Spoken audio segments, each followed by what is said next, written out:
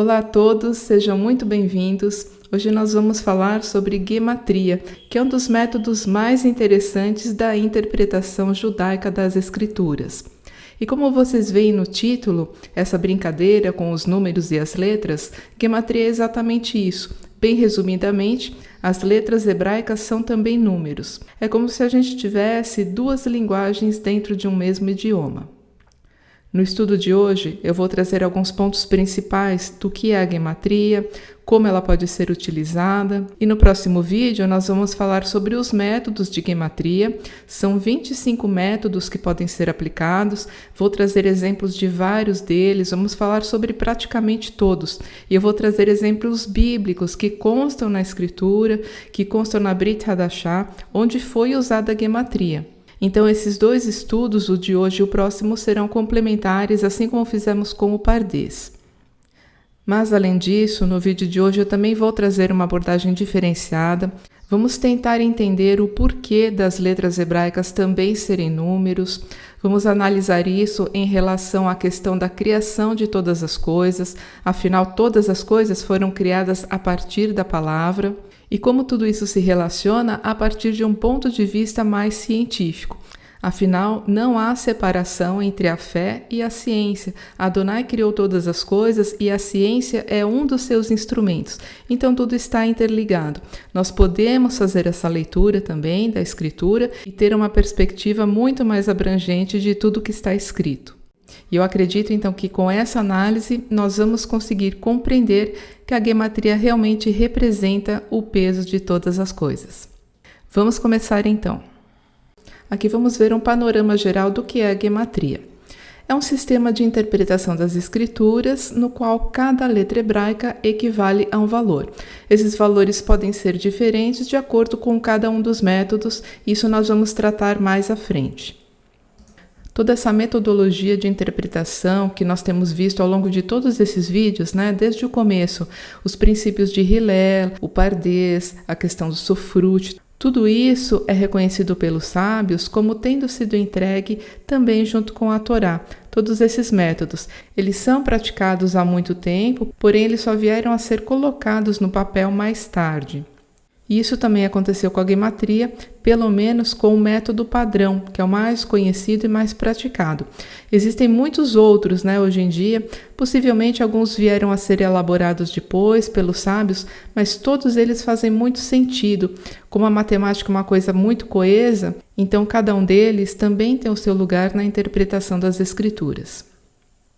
Era por meio da gematria que os escribas, também chamados em hebraico soferim, podiam conferir se não havia nenhum erro na compilação das escrituras. Quando os textos da Torá, dos profetas, começaram a ser passados para os papiros, era preciso conferir se não havia nenhum erro na escrita. Então eles somavam todas as letras de uma mesma linha e aí obtinham um número. Esse número deveria ser a conferência para ver se não estava nada a mais ou a menos. Como cada letra tem um valor, então se desse um número a mais ou um número a menos, ele saberia que havia um erro, e aí o papiro deveria ser reescrito. Então, realmente, esse é um método de conferência muito eficaz, e isso fez com que nós tivéssemos hoje em dia, pelo menos o Tanar, sem nenhum erro, exatamente como ele foi dado por Adonai. Existem exemplos do uso da gematria no próprio texto bíblico, sendo o mais famoso deles o do número 666. Se você não sabia disso ainda, então saiba que essa questão do número 666 é uma aplicação direta que Yohanan fez da gematria. Nós vamos falar sobre isso, eu vou trazer uma explicação muito interessante sobre esse ponto no próximo vídeo em que nós falaremos sobre cada um dos métodos. Então, como vocês veem, os próprios discípulos de Yeshua utilizavam desse método. No Tanar também existem alguns exemplos, no profeta Yirmiyahu. Nós vamos checar todos esses exemplos no próximo estudo. Agora, nós vamos dar uma olhada no que o próprio hebraico nos diz a respeito dessa questão entre letras e números. E nós vamos ver pelo próprio idioma, pela própria gramática, que as letras e números realmente estão intimamente ligados. Nessa raiz que contém essas três letras, Samer, Pei e Resh, vejam só que palavras ela forma. A primeira palavra, Sefer ou Sefar, que significa escrito, livro. Outra palavra, sofer, significa escriba. Em algumas traduções essa palavra consta como secretário também, aquele que escreve. E também o escriba é aquele que conta. Então aqui a gente já vê uma relação direta, tanto da escrita quanto da contagem. E isso daqui mostra justamente aquilo que eu acabei de comentar. Quando os escribas, os soferim, compilavam os textos da escritura, eles contavam letra a letra todas as linhas para que houvesse uma conferência perfeita. Não poderia haver nenhum erro, nenhuma letra diferente, a mais ou a menos. Então a matemática dá conta perfeita do que estava escrito. Aqui nós temos mais uma palavra, sipur, que significa história. Outra palavra, mispar, que significa número. Vejam só, todas elas são formadas a partir dessa mesma raiz. História fala de letras, mispar fala de números. E por fim, mais uma palavra aqui muito interessante, vejam só, a palavra sapir, que significa safira. Safira é aquela pedra preciosa, magnífica, né, de um azul profundo, maravilhoso, e que inclusive está presente nos textos da Escritura sempre de forma muito elevada. Vejam só um exemplo aqui. Eles viram o Elohei Israel, eles viram o Deus de Israel. Debaixo dos seus pés havia como um pavimento de safira, tão clara e pura em essência como os céus. Ou seja, ela era transparente, nítida, como também é nítida essa relação entre letra e número. Todas essas palavras formadas dessa mesma raiz, todas elas nos falam letra, número, todas estão intimamente ligadas realmente. E para fechar, mais uma coisa interessante aqui, já vamos aplicar a gematria para descobrir algo mais. Vejam só, esses dois termos aqui estamos falando dessa mesma raiz que fala sobre letras e números, e aqui nós temos a palavra Shem, algo que está diretamente relacionado à história de uma pessoa, o caráter de uma pessoa, né? O nome é altamente relevante no hebraico, ele não é apenas um nome como nós conhecemos na língua portuguesa. O nome hebraico, ele é uma palavra também, ele traz o sentido do caráter daquela pessoa, então é muito representativo da sua história. E vejam só, se nós aplicarmos a gematria aqui, vamos obter 340, que é o mesmo número, a mesma soma para ambas as palavras. Mesmo com uma diferença de letras, nós obtemos o mesmo valor. Isso mostra que elas estão também intimamente ligadas. A letra e o número em hebraico, realmente eles estão intimamente ligados e eles podem nos trazer muito mais informação.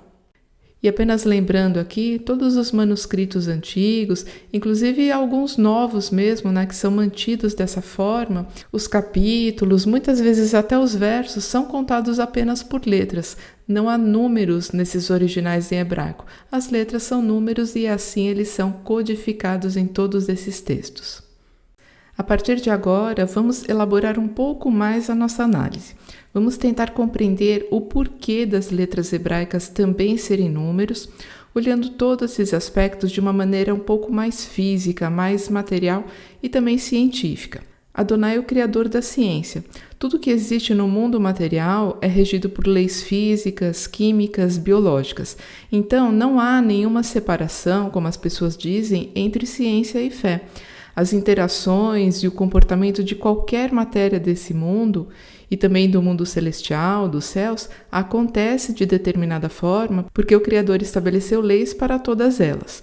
Então, tudo que há no mundo físico, desde os átomos até o domo do céu em toda a sua extensão, obedecem os parâmetros, essas leis que foram estabelecidas para eles. Nós sabemos que todas as coisas foram criadas a partir da palavra. O Eterno falou, pronunciou a palavra e aquilo que foi pronunciado veio a existir, se tornou substância, matéria. Assim, os céus e a terra foram criados com medidas, quantidades e pesos exatos. Não há nada que tenha sido feito que possua um volume, uma densidade, uma forma que não seja a ideal e a perfeita. E toda a criação está sujeita a uma limitação nesses aspectos, no seu tamanho, no seu volume, no peso, na quantidade, etc. É uma limitação e essa limitação é a medida exata de cada coisa. Nós sabemos também, cientificamente, que toda substância, sendo ela natural, visível ou invisível, como o ar, por exemplo, é formada por átomos. Podemos definir um átomo como a unidade básica que forma qualquer tipo de matéria. Tudo é composto por átomos. Eles são a base de construção de todas as coisas. E apesar deles não poderem ser observados nem pelo microscópio mais potente, eles são compreendidos por meio dos efeitos que eles produzem. Então, para que haja existência, ou seja, para que algo possa ser manifestado no mundo material, é preciso que exista massa nesse algo, sendo que a massa, de uma forma simplificada, é a quantidade de matéria que compõe determinado corpo. E esse corpo pode ser visível ou invisível. Vamos lembrar aqui do ar, dos gases. Nós não vemos, mas eles têm massa, eles são compostos por uma matéria. Então, para que a existência de qualquer coisa seja manifestada, é necessário que os elementos que formam essa coisa estejam estruturados de alguma maneira. Nós podemos também entender esse conceito de uma forma simplificada a partir do seguinte: tudo que Adonai criou tem uma restrição, um invólucro, uma área definida, ou seja, um corpo, seja ele microscópico ou até mesmo invisível aos nossos olhos, né? Como o átomo, por exemplo, ou tão grande que não conseguimos nem enxergá-lo por inteiro, como o caso do oceano. Os nossos olhos não alcançam a extensão do oceano. Então, toda a criação está limitada a um espaço, a uma medida. Porém, o Criador é infinito. Ele é o único que não está limitado a nada, nem à matéria, nem ao tempo, nem a qualquer espaço. Por isso, ele simplesmente é. Agora vamos analisar um pouco o átomo, que é um dos menores corpos existentes no universo. Como eu havia comentado, ele está presente em todas as coisas criadas e esta é a sua estrutura. Ele possui um núcleo formado por prótons e nêutrons, e uma área externa onde orbitam os elétrons. São pequenas partículas que fazem esses círculos, dão voltas ao redor do núcleo. Sendo que existem diferentes tipos de átomos com números variados de prótons, nêutrons e elétrons. E essas quantidades e interações diferentes entre essas partes é que dão origem aos variados tipos de matéria existente, seja uma barra de ferro, as gotículas de um perfume, um órgão humano ou qualquer outra substância. O átomo é considerado como a menor estrutura da matéria, e ele é composto de partículas que compõem essa estrutura. Os prótons e nêutrons, por exemplo, que formam o núcleo do átomo, eles são formados por outras partículas que são menores que eles também. E aí existe uma série delas, são neutrinos, quarks, gluons, bósons, enfim, existe até mesmo uma partícula que é chamada por partícula de Deus. E vejam só, ela é responsável por fazer com que as outras partículas tenham massa, ou seja, que elas existam no mundo material. Se não existisse essa partícula, que cientificamente é conhecida por bóson de Higgs, nenhuma outra partícula poderia existir, porque essa é responsável por originar massa nas demais partículas. E como a gente viu, para que haja existência de alguma coisa, é necessário que ela esteja confinada dentro de uma área, de um invólucro, de um espaço, mesmo que ele seja ínfimo, como é o próprio átomo. Então isso é muito interessante, né? Sem essa partícula nada existiria e o nome que deram realmente é bem adequado. O homem não compreende ainda essa partícula. Na verdade, o homem compreende ainda muito pouco dessa ciência atômica, subatômica, com essas partículas menores do que o próprio átomo, mas tudo isso faz parte da criação perfeita de Adonai. Então aqui nós temos a estrutura de um único átomo. Na verdade, é uma ilustração como os cientistas compreendem a partir da interação dessas partículas, né? O átomo nunca foi visto, é impossível enxergar essa estrutura pelo microscópio, mas ela pode ser compreendida tendo este formato a partir dos efeitos que ela causa em outras coisas que são observáveis. E os átomos também interagem entre si. Eles se agrupam de formas diversas, criando as moléculas, que estão aqui nessa ilustração como vocês veem. Cada bolinha dessa é uma representação de um átomo que está ligado a outros demais, formando uma estrutura maior, mais complexa, chamada por molécula. E muitas moléculas juntas, por sua vez, dão origem a outras estruturas, como por exemplo as células, que são já estruturas maiores formadas por muitas moléculas. E falando sobre as células, vejam só isso. A estimativa é que o corpo humano possua 7 octilhões de átomos, 7 octilhões dessas pequenas estruturas aqui. Vejam só o tamanho desse número, com todos esses zeros, a gente não consegue nem entender a grandeza disso. E esses átomos formam mais de 37 trilhões de células, dessas pequenas estruturas aqui que vão formar os nossos tecidos, órgãos, sangue, ossos, enfim. 37 trilhões de células no corpo de um único ser humano.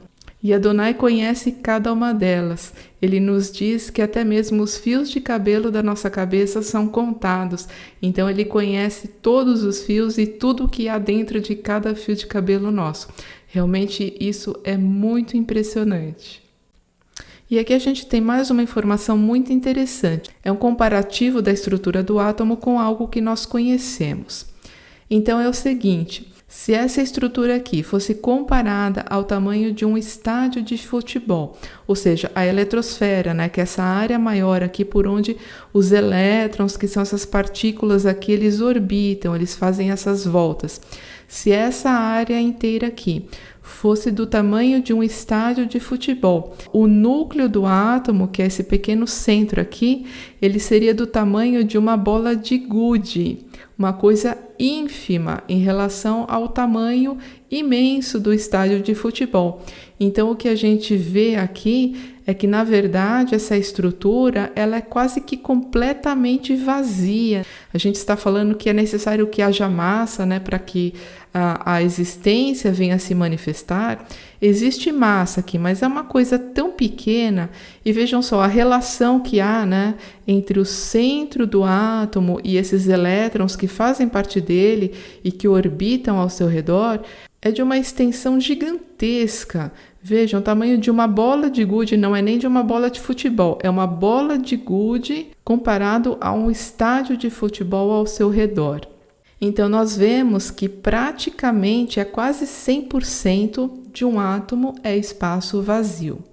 Tudo que nós conhecemos, né, que é formado por átomos, seja o nosso próprio corpo, sejam as águas do oceano, seja uma barra muito sólida de ferro, ela é composta de basicamente espaço vazio. O espaço de massa de um átomo é muito, muito, muito pequeno, né? É algo como 0,000001 lá na frente, né? É muito pequeno realmente. Então, nesse tamanho aqui tão ínfimo, nós conseguimos enxergar a grandeza do nosso Deus aqui. Porque com uma coisa que é praticamente só espaço, ele constrói substâncias que são terrivelmente sólidas para nós, né? Para ele certamente não são. Para nós são totalmente sólidas. Porém, todas essas coisas sólidas são feitas de praticamente 100% de espaço vazio. Então, estudando essas partículas atômicas ou subatômicas menores ainda do que o átomo, ou estudando grandezas de nível astronômico, nós vemos a perfeição e a majestade de tudo que Adonai criou, com interações, comportamentos e leis tão absolutamente perfeitas. Tudo foi construído por meio da palavra. Adonai proclamou uma palavra, ele falou, e as coisas vieram à existência. E o que são as palavras? São letras unidas que representam coisas, conceitos, têm significados, sendo que as palavras também precisam estar associadas a um idioma, a uma linguagem, que é um grupo fechado de termos com os quais conseguimos nos comunicar. E a partir daqui, nós conseguimos fazer um paralelo perfeito com aquilo que acabamos de ver. As letras são como átomos, elas são as menores partes que ajudam na composição de um idioma, assim como o átomo é a menor unidade que compõe a matéria. O átomo é uma estrutura, ele é formado por partículas que interagem entre si. E dentro do próprio núcleo ainda existem partículas menores, podemos chamá-las de subpartículas, que também interagem entre si. E o mesmo se dá com as letras hebraicas. Elas são formadas por partes menores e nós podemos, inclusive, estudar cada uma dessas partes. E quando isso acontece, essas partes são outras letras, então nós temos letras dentro de letras. Vejam aqui, por exemplo, a letra Aleph. Ela é formada por 3 partes, 3 outras letras. E essas letras são 2 Yud, considerados aqui esse traço superior e o traço inferior, que são essas 2 letras menores aqui, e esse traço central, que é um Vav. Então, a letra Aleph, ela é formada de 3 outras letras, 2 Yud e um Vav. Isso daqui, inclusive, tem uma representação muito bonita na gematria, porque a soma de todas essas partes dá 26. Cada Yud vale 10, então temos 20 mais o Vav, que vale 6. E 26 é a gematria do tetragrama do nome de Adonai, que também é representado pela letra Aleph, a primeira do alfabeto. Então, em tudo há uma conexão perfeita. E aqui, falando cientificamente, no caso do átomo, nós temos a mesma coisa. São subpartículas, partículas que interagem entre si, formando uma estrutura completa, como a letra, que é considerada a unidade básica para a formação das palavras. E aumentando essa escala, vemos também a interação de átomos com outros átomos, formando as moléculas, que já são essas estruturas maiores. Aqui nessa ilustração, por exemplo, cada bolinha representa um átomo que está unido ao outro, interagindo. Diversos átomos juntos formam as moléculas. E o mesmo acontece na linguagem. As letras interagem, formam agrupamentos entre si, agrupamentos diferenciados e formam palavras. E aqui, por exemplo, uma dessas palavras formadas com o próprio Aleph, Adam, que significa ser humano. Então, existe um paralelo perfeito entre todos esses elementos. Assim como as diversas partículas ou subpartículas interagem entre si formando um átomo e depois os átomos se agrupam dando origem às moléculas, as partes das letras também se unem, dando origem a um único símbolo, uma letra. E essas letras irão se agrupar das mais diversas formas, criando as palavras. E as moléculas também se agrupam, formando estruturas ainda maiores, da mesma forma que as palavras vão se agrupar dentro de um único idioma.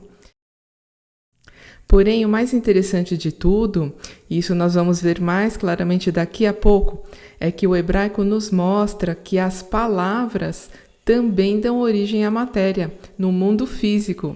Mas vamos por partes, logo mais veremos isso. E aqui eu trago um exemplo bem interessante para ilustrar o que nós acabamos de ver. A palavra Maim, água, escreve-se dessa forma.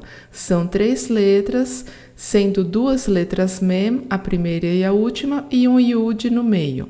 A grafia deste último Mem é diferente justamente por ele estar no final da palavra. Ele é chamado de Mem Sofit, porém é a mesma letra do começo. Agora vejam isso. A estrutura química da água segue exatamente essa mesma organização. São 2 átomos de hidrogênio para 1 de oxigênio. Nós conhecemos essa fórmula como H2O, que representa exatamente isso. O hidrogênio conectado ao Mem e o Yud conectado ao oxigênio. Então, aqui nós temos um espelho perfeito da própria criação, mostrando uma analogia direta entre as letras como átomo e a palavra como molécula. Vamos agora fazer uma elaboração um pouco mais profunda desse drash para alcançar o Sod. Nós falamos que as moléculas dão origem a toda a matéria conhecida. Os átomos se agrupam em moléculas e as moléculas de diferentes formas dão origem a tudo que conhecemos, seja visível ou invisível também, como o ar, como os gases, etc.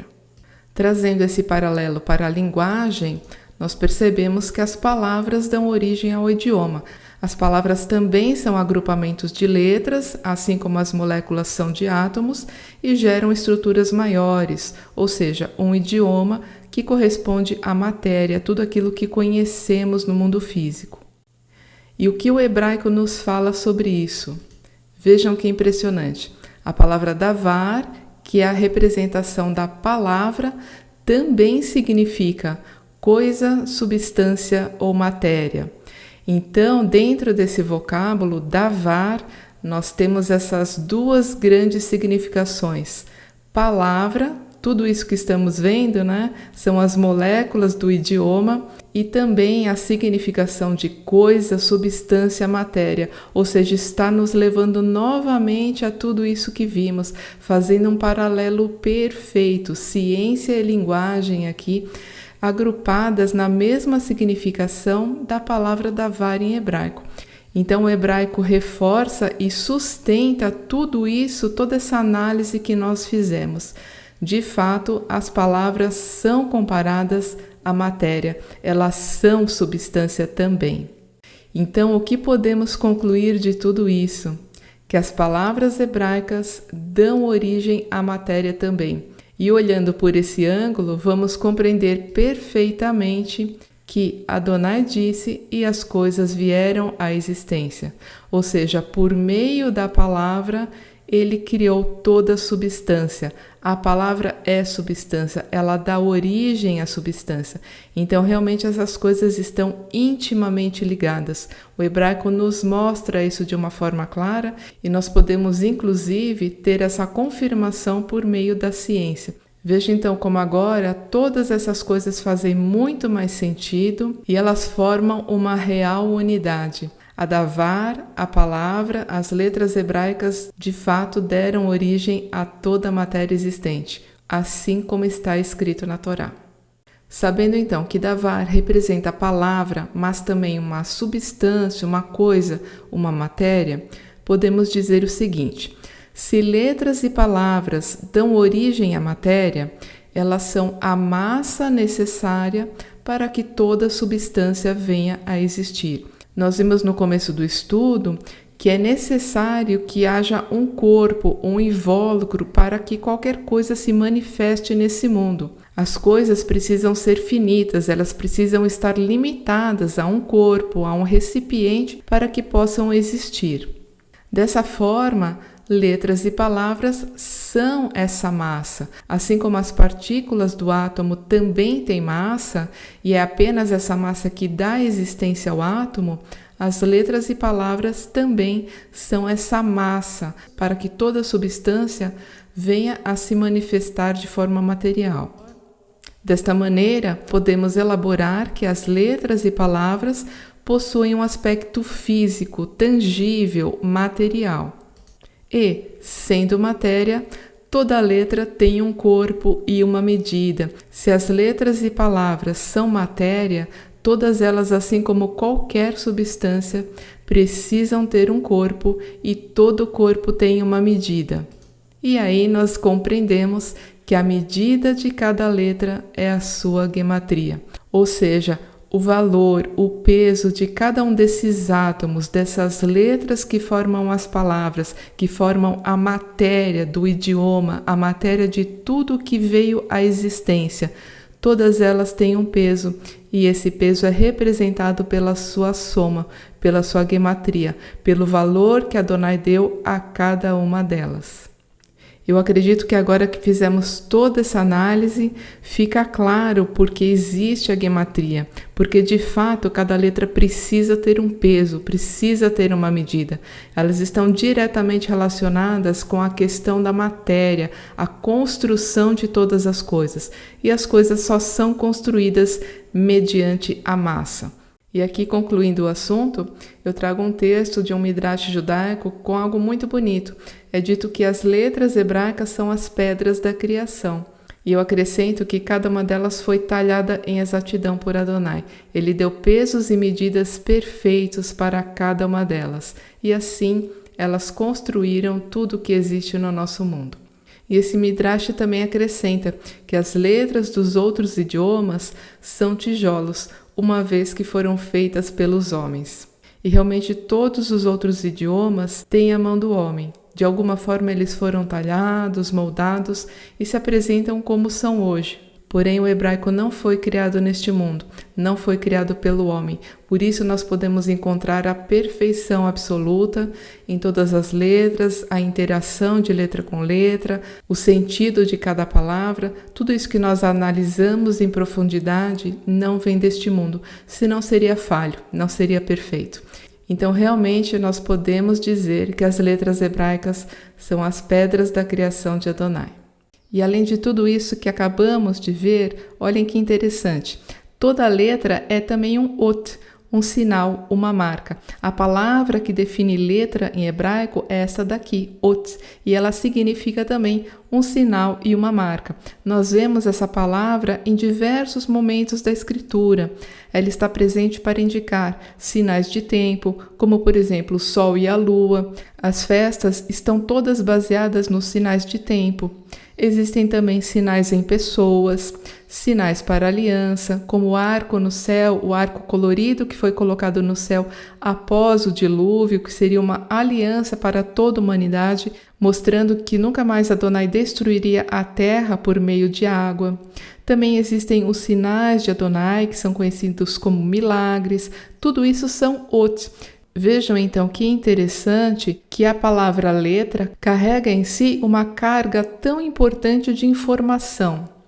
E, além disso, olhem só, a palavra ot é muito significativa. Ela é formada por 3 letras, sendo que a primeira, o Aleph, é a primeira letra do alfabeto e o Tav é a última. E no meio nós temos o Vav. O Vav é uma letra que conecta, ele está ligando o Aleph ao Tav. E isso é muito representativo, porque é como se dentro dessa palavra nós tivéssemos todas as letras hebraicas, desde o Aleph até o Tav. As letras, então, cada uma delas, chamada por ot, são sinais importantíssimos que mostram diversas coisas para nós, Tempo, sinais em pessoas, mostram sinais de aliança, mostram milagres e mostram que dentro de cada letra existe um universo de significações. Agora vamos olhar para a palavra que significa palavra, em hebraico, davar. Nós já vimos todos esses significados de davar. Eu vou apenas acrescentar uma informação interessante. A raiz dessa palavra vem dessas 2 letras, Dalet e Resh, que significa ordem. E assim também compreendemos que a palavra é uma ordenação de letras ou sinais, assim como a matéria é uma ordenação de átomos e moléculas.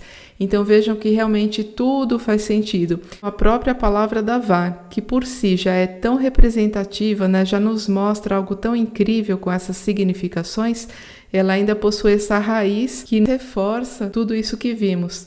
De fato, todas as letras chamadas otiot, esses sinais, eles são organizados de forma coerente, dando origem a significados, a conceitos contidos nas palavras.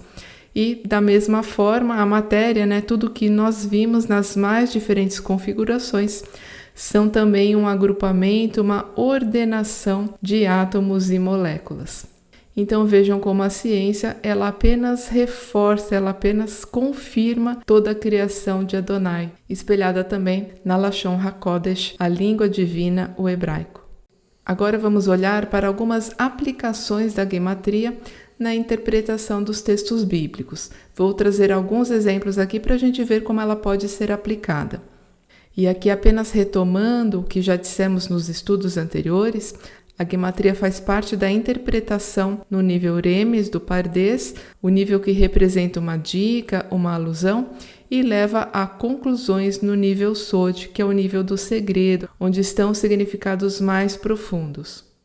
Eu vou trazer algumas formas como a gematria pode ser aplicada no estudo da escritura.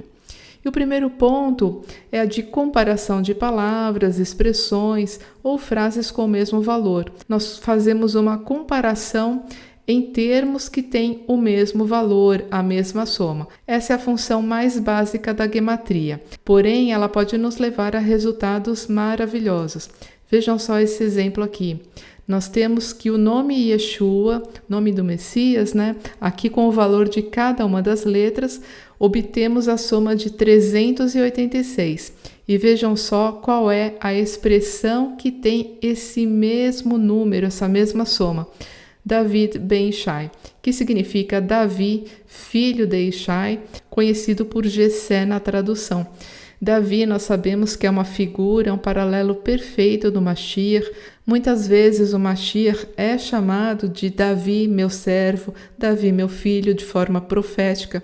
Então, quando nós nos deparamos com essa expressão aqui de uma forma tão perfeita, tendo a mesma soma, exatamente a mesma soma do nome de Yeshua, nós vemos realmente algo grandioso aqui.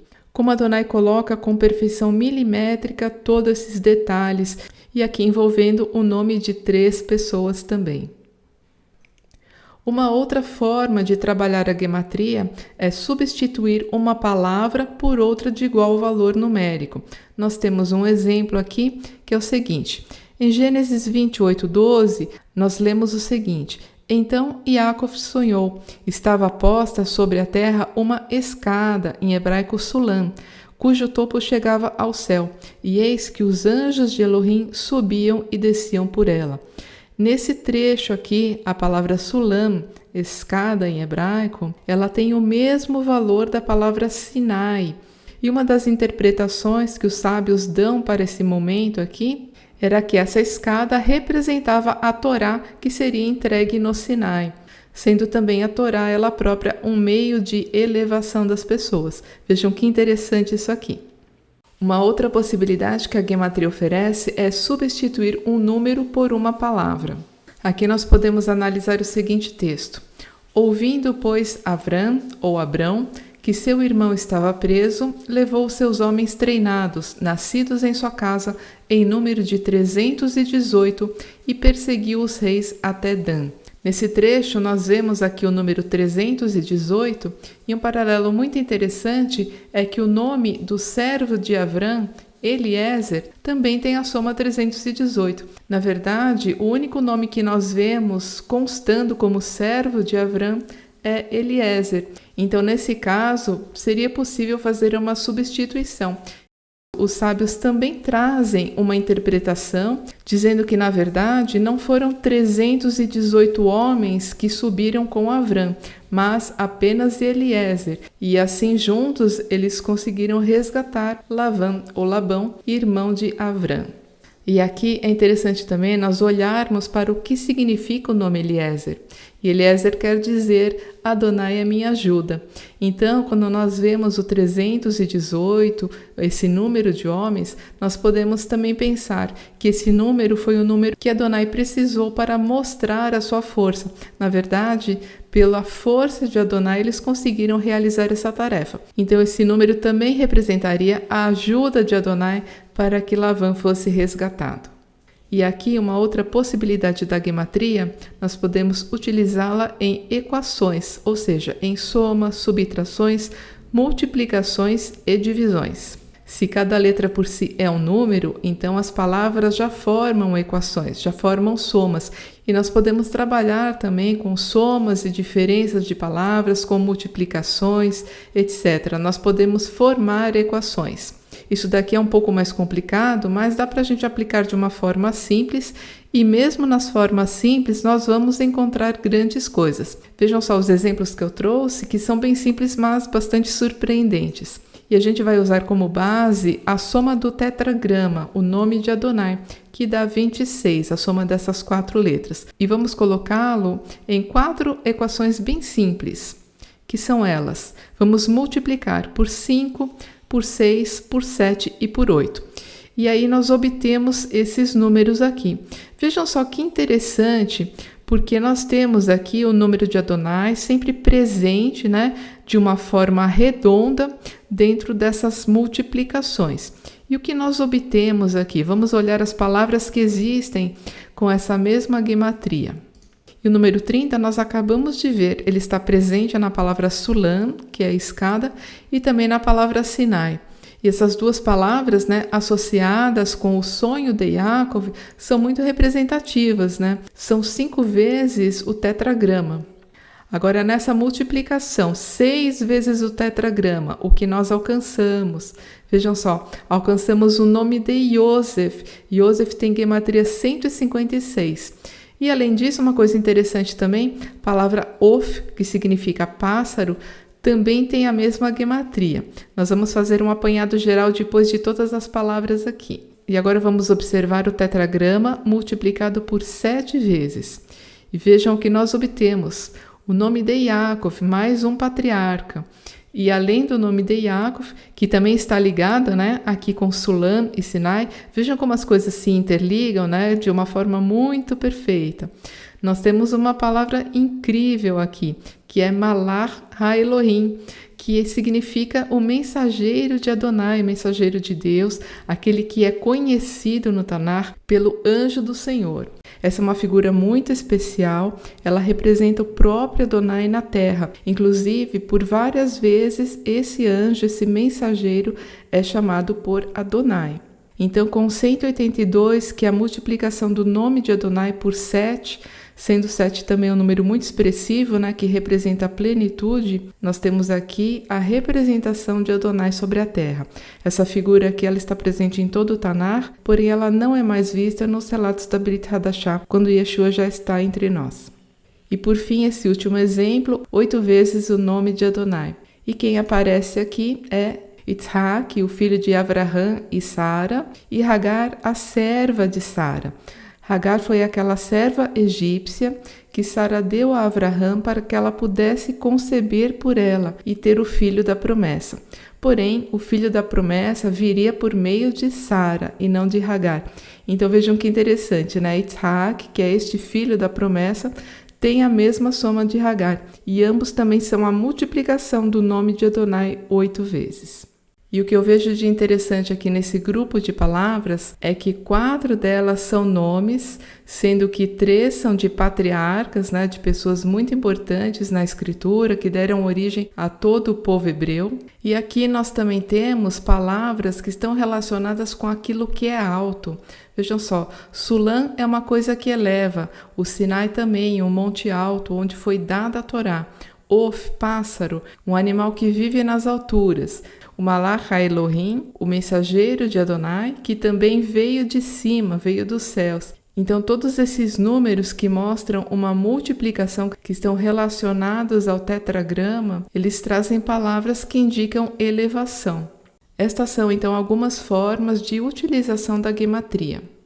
E além de ser usada para estudo da escritura, para um conhecimento mais aprofundado, os sábios também utilizam a gematria para o estudo da Torá oral, da tradição ou da halahá, das leis, como praticar as leis da Torá. Muitas vezes não há uma explicação muito precisa, e nesse caso os sábios conseguem, por meio da gematria, chegar a interpretações e elucidações que os números dão nesse sentido. Então, realmente é um método muito útil, muito utilizado e que certamente nos permite chegar muito mais longe. E agora, fechando nosso estudo, nós podemos fazer a seguinte leitura. O que são as letras hebraicas? São pedras preciosas, talhadas por Adonai, com peso, medida e desenho perfeitos. Elas não foram feitas por nenhum homem. A perfeição das letras hebraicas, do idioma, de toda essa interação que acontece na sua linguagem, palavra a palavra, letra a letra, isso nunca poderia ter sido criado pelo homem. Elas foram talhadas pelo próprio Deus. Como os átomos, que são partículas que formam toda a matéria, as otiot, ou seja, as letras hebraicas, são as unidades de construção da davar, da palavra, que também é matéria, substância. Nós vimos que a significação de davar, que é palavra em hebraico, também traz o significado de matéria, coisa, substância, ou seja, a palavra de fato ela é viva, ela tem massa, tem substância, ela está restrita dentro de um desenho e um peso perfeitos. Com elas, as otiot, as letras e palavras, Adonai criou todas as coisas, tudo veio a existir mediante sua palavra. Nós podemos entender esse conceito de uma forma científica até. O paralelo que a natureza nos oferece com a construção por meio da palavra é muito claro, é muito límpido. Então, realmente, nós podemos lançar esse olhar ao ler a Escritura. E, entendendo o peso, a medida e a natureza de cada letra, de cada palavra, nós temos as ferramentas para cavar muito mais a fundo e descobrir os tesouros escondidos. Se as letras são essas pedras preciosas, vamos cavar cada uma delas, vamos procurar entender cada letra, cada palavra de uma forma maior, e aí nós vamos descobrir coisas maravilhosas da Escritura que Adonai nos deu. E eu deixo aqui com vocês um verso maravilhoso também, que tem tudo a ver com isso que estamos falando. Está em Provérbios 25:2 e diz o seguinte: a glória de Elohim é encobrir davar, tanto as coisas quanto a palavra. Vejam só, nós estamos falando justamente desse termo, davar, que é palavra em hebraico. Então, a glória de Elohim é encobrir davar, as coisas ou a palavra, mas a glória dos reis é esquadrinhá-las, esquadrinhar as coisas, esquadrinhar a palavra de Adonai, olhar canto a canto, pedacinho a pedacinho, para tentar compreender na sua profundidade o que tudo isso significa. Então, com essas ferramentas da interpretação judaica, nós conseguimos chegar mais longe. E a gematria é algo realmente muito interessante que nos mostra todos esses aspectos. Encerramos aqui então este vídeo. Espero que você tenha gostado dessa abordagem, mesmo que tenha sido um pouquinho difícil para compreender. Veja que nós temos tantos paralelos, a natureza oferece paralelos continuamente da criação de Adonai. Então falar para nós às vezes de coisas que parecem ser difíceis de compreender, como o peso das letras, a formação de todas as coisas por meio das letras, da palavra, nós conseguimos fazer um paralelo com a natureza, com aquilo que conhecemos, e aí fica mais simples para termos uma compreensão mais profunda. Então continuamos ainda no tema gematria no próximo estudo, trazendo diversos exemplos, todas as metodologias que são aplicadas. Vou trazer exemplos de gematria que constam na própria Bíblia. Enfim, acredito que vai ser um assunto interessante para fecharmos também essa parte aqui. Obrigada então pela sua atenção e nos vemos logo mais. Shalom!